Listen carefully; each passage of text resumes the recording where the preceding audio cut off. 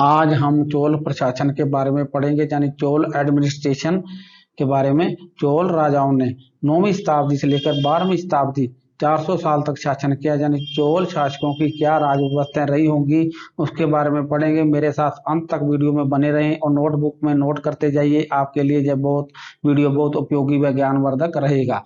आइए शुरुआत करते हैं। चोल प्रशासन, चोल एडमिनिस्ट्रेशन कैसा था?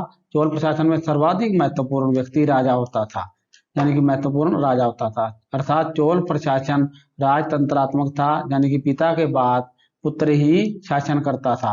राजपद वंशानुगत था, यानी कि वंश अपने पुत्र को ही जीते जी वो शासन दे देते थे। समस्त अधिकार राजा में निहित थे। चोल शासकों द्वारा जीवित रहते हुए अपने उत्तराधिकार चयन की परंपरा थी।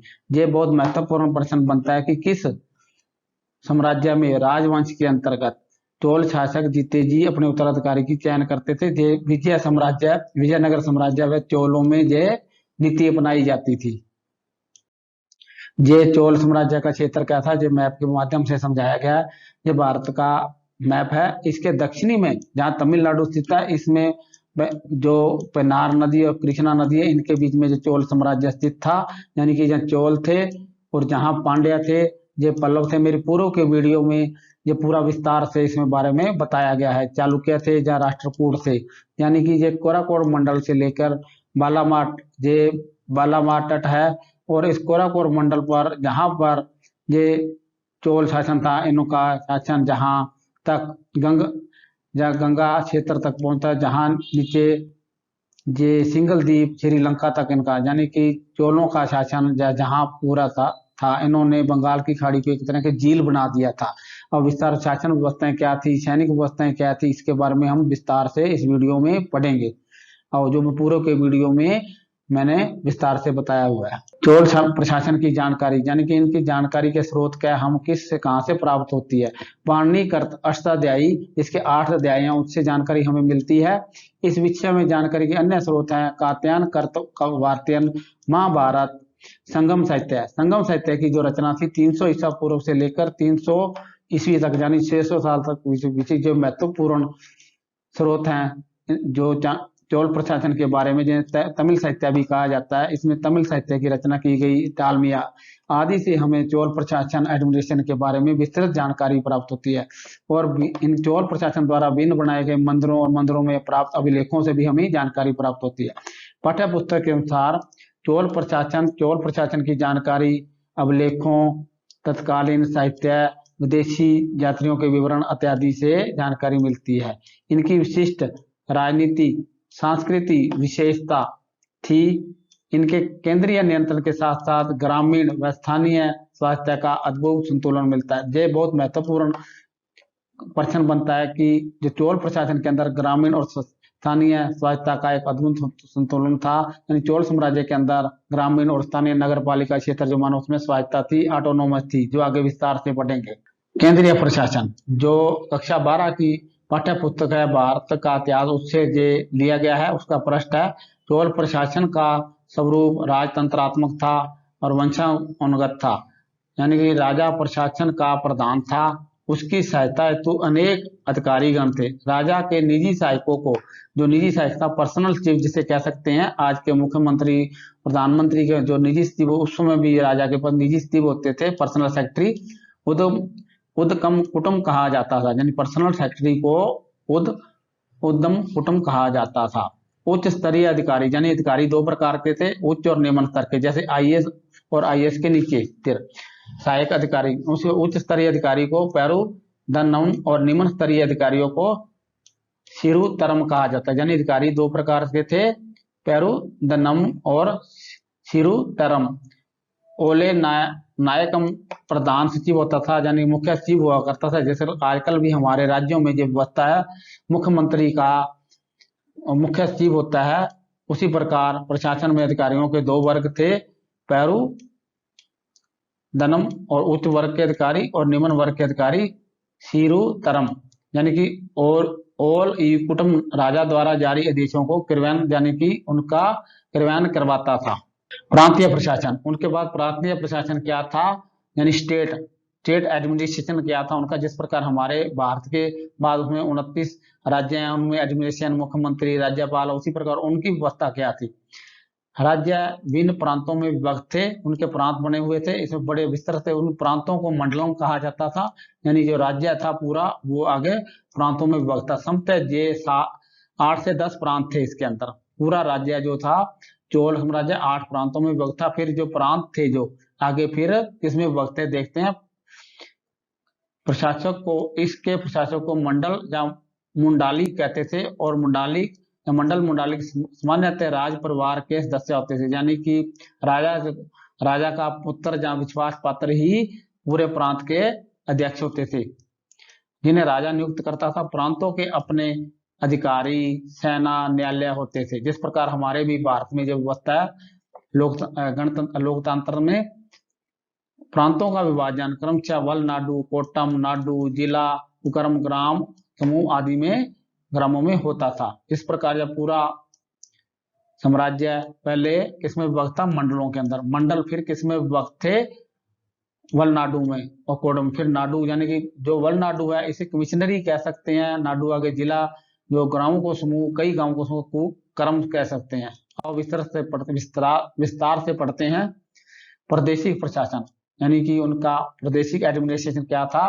चोल साम्राज्य शासन की सुविधा की दृष्टि से राज्य अनेक मंडलों, प्रांतों में विभक्त था, डिवाइड किया हुआ था।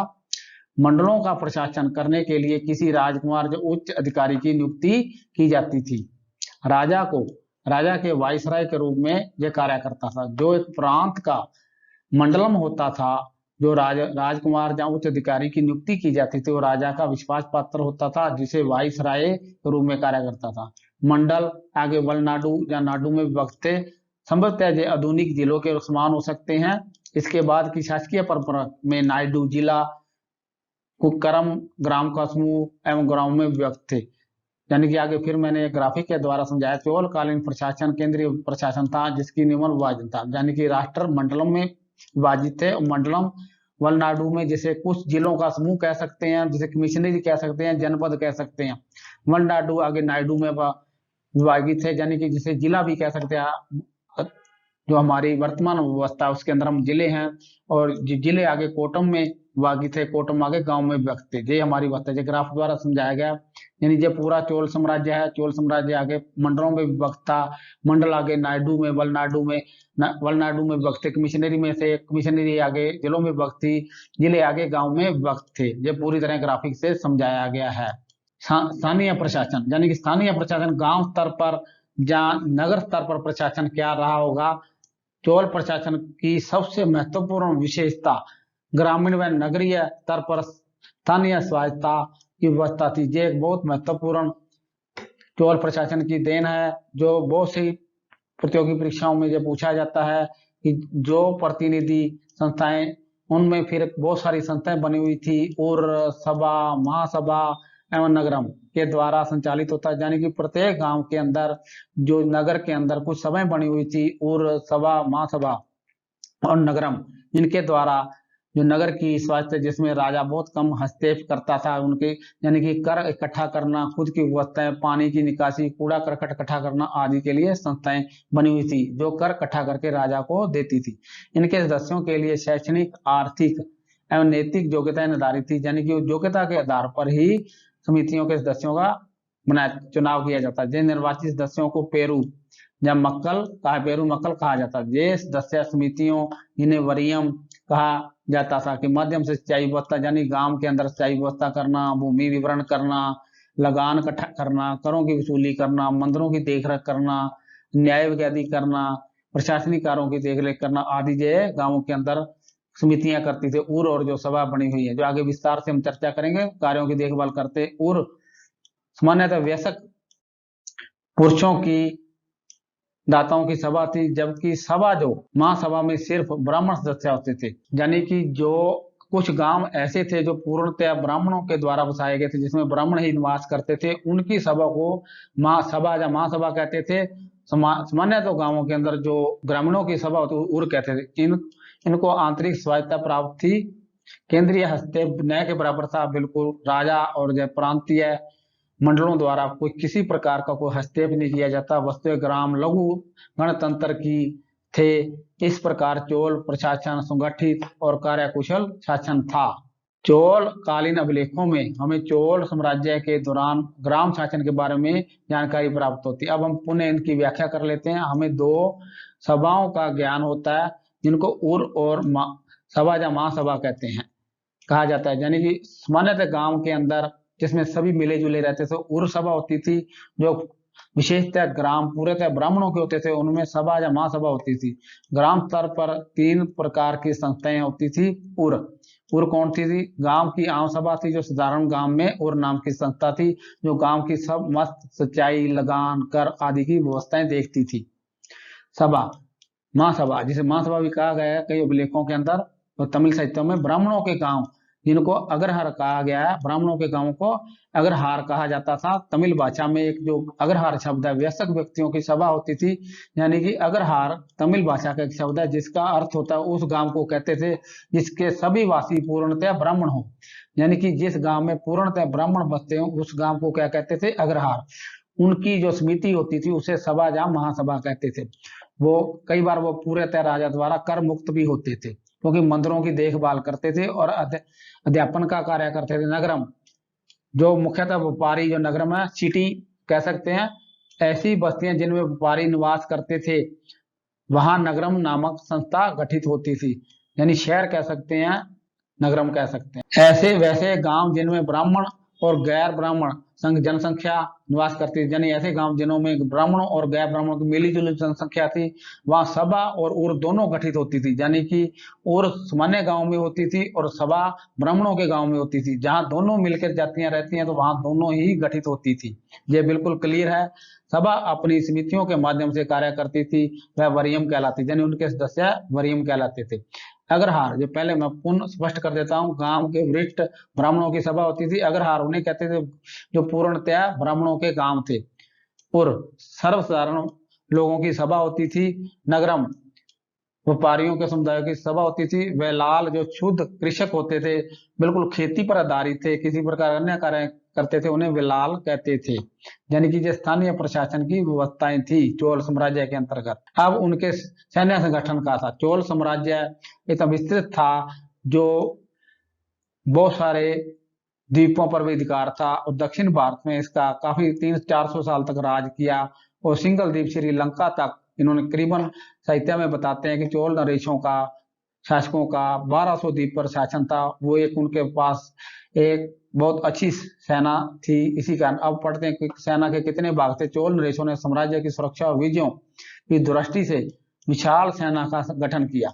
इनके पदांती, यानी पैदल चलने वाले सैनिक, अश्वारोही घोड़े पर सवार होने वाले, गजारोही हाथी पर सवार होने, यानी 3 अंग थे। सेना के कितने अंग थे? 3। पदांती, अश्वारोही, गजारोही। यानी कि पैदल चलने वाले सैनिक, घोड़े पर चलने वाले असवार और गजारोही हाथी पर हाथी सेना। चोलों की स्थायी सेना में पैदल, गजारोही, अश्वारोही, यानी कि चोलों की सेना में गजारोही, अश्वारोही सैनिक आदि शामिल थे। कुंजीर मलेर गजारोही दल को कहते थे, यानी गजारोही दल को क्या कहते थे? कुजीर मलेर। और अश्वारोही को चोल भाषा में, तमिल भाषा में क्या कहते थे? कुदीर रेचगेगर। यानी अश्वारोही का अलग नाम था दल, और धनुषधारी, जो धनुषधारी थे उन्हीं कहते बिलीगढ़। यानी बिलीगढ़ किसे कहते? धनुषधारी, जो तीर कमान वगैरह धनुष काम करते थे, उस दल को बिलीगढ़ कहते थे। और जो भाला वगैरह फेंकते थे, भाले से प्रहार करने वालों को सैगुंदर कहते थे। यानी भाले द्वारा प्रहार करने वालों को सैगुंदर कहते थे। करने पूर्ण सैनिकों को वेलाकोर, जो राजा के अति विश्वसनीय अंग रक्षक होते थे, राजा की रक्षा करते थे, उसे वेलाकोर कहते थे। ये बहुत महत्वपूर्ण पदावली है, शब्द है। सेना जुल्मों व छावनियों, यानी कि उनके शब्द है, तमिल भाषा के शब्द है। जुल्म या छावनियां, जिन्हें हमें कंगडम कहते थे। यानी कि जहां सेना निवास करती थी, सेना की छावनियां थी, उन्हें कंग कडगम कहा कहते रहती थी। यानी कि उनकी विशाल छावनियां थी समुद्र तटों पर। चोल सेना में सेना की टुकड़ी का नेतृत्व करने वाले को नायक कहते थे। सेनाध्यक्ष को महादंड नायक कहा जाता है। इसके अतिरिक्त चोलों ने एक शक्तिशाली नौसेना थी, यानी कि उनके पास एक नौसेना, एक शक्तिशाली नौसेना के बल पर ही उन्होंने दूर दूर दूरस्थ द्वीपों पर अधिकार किया, जैसे सिंगल द्वीप, मालदीप, लक्षद्वीप आदि पर। चोल शासकों द्वारा अपने जहाजों और व्यापारी सैनिकों बनाई व्यापार भी करते थे। चोल शासक अपने जहाजों और व्यापारी सैनिकों दोनों कार्यों के लिए प्रयुक्त करते थे उस सेना को, जहाजों को। चोल नरेश राजराज प्रथम ने नौसेना द्वारा उत्तरी श्रीलंका, यानी कि यदि हम भारत का नक्शा बनाएं तो जिस प्रकार उन्होंने, जो चोल प्रशासन जहां था, तो चोलों ने जहां श्रीलंका तक भी राज किया और जहां दूर दूर पश्चिम बंगाल तक भी इनका राज था, यानी चोलों ने जहां तक भी शासन किया, और बंगाल की पूरी जो खाड़ी है जे है, उन्होंने पूरी को झील बना दिया था। मालदीप, जहां मालदीप पर भी उन्होंने शासन किया। नौसेना ने अपनी विजय, विजयंती, गंगे क्षेत्र, जहां इस क्षेत्र को कहते हैं गंगा, पश्चिमी बंगाल का अंतिम छोर, जहां तक भी उन्होंने शासन किया। सिंगल द्वीप यानी श्रीलंका, बंगाल की खाड़ी के पार यानी कि जावा, सुमात्रा, जो जावा सुमात्रा जहां पर स्थित थे, आप विश्व के नक्शे में देखेंगे, जहां तक उन्होंने शासन सुमात्रा, मलय द्वीप आदि पर अपनी विजय पताका फहरा दी। उस समय बंगाल की खाड़ी चोल झील बन गई थी, यानी 9वीं शताब्दी से लेकर 12वीं शताब्दी तक बंगाल की खाड़ी को चोल झील कहा जाता है। मामल्लपुरम और कावेरी पट्टनम मुख्य बंदरगाह थे, यानी कि उनकी सैनिक क्षमता अत्यधिक विकसित थी। चोल सेना, अब हम पूरी उनकी व्याख्या कर लेते हैं जो पाठ्य पुस्तक अनुसार पढ़ा हमने। चोल सेना की विशेषता जहाजी बेड़े का संगठन था, यानी उनका जहाज बेड़ा बहुत अच्छा था। शक्तिशाली जहाजी बेड़े के कारण ही चोल राजाओं ने समुद्र पार अनेक द्वीपों पर विजय प्राप्त की।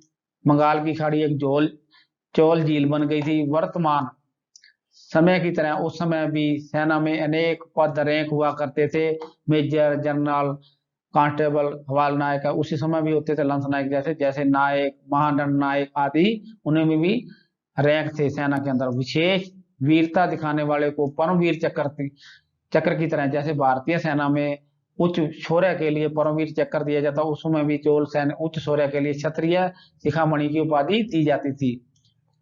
यद्यपि सेना में अनुशासन पर जोर दिया जाता था, फिर भी चोर सैनिकों को विजित शत्रुओं के प्रति व्यवहार बहुत बर्बरपूर्ण होता था। स्त्रियों और बच्चों पर अमानुष अत्याचार किए जाते थे। सेना में अलग अलग हिस्सों के अलग अलग नाम थे, जैसे हमारे भी अलग अलग हिस्सों के बटालियन, कैप्टन, कंपनी आदि होते हैं, उनमें भी अलग अलग हिस्सों के अलग अलग नाम थे।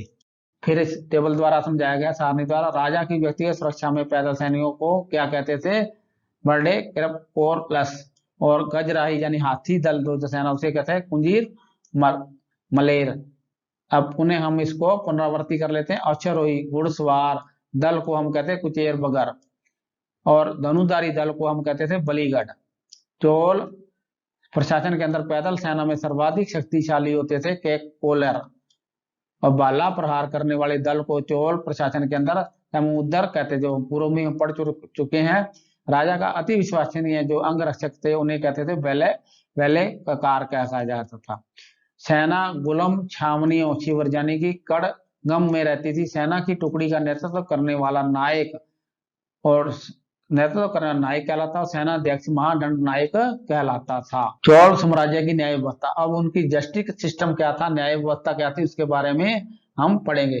चोल साम्राज्य के अंतर्गत न्याय, यानी चोल साम्राज्य में न्याय के लिए नियमित न्यायालयों का गठन किया होता। हमारे तरह जैसे हमारे भी जिला स्तरीय न्यायालय, हाई कोर्ट, सुप्रीम कोर्ट आदि न्यायालय थे, उस समय भी उनका न्यायालय का गठन किया हुआ था। लेखों में धर्मासन भट्ट की उल्लेख मिलता है, यानी कि जो राजा द्वारा धर्मासन से तात्पर्य सम्राट का न्यायालय, यानी सुप्रीम कोर्ट कह सकते हैं हम, वर्तमान के सुप्रीम कोर्ट की तरह उनका भी धर्मासन था, जो सम्राट का न्यायालय था, जिसमें राजा न्याय करता था।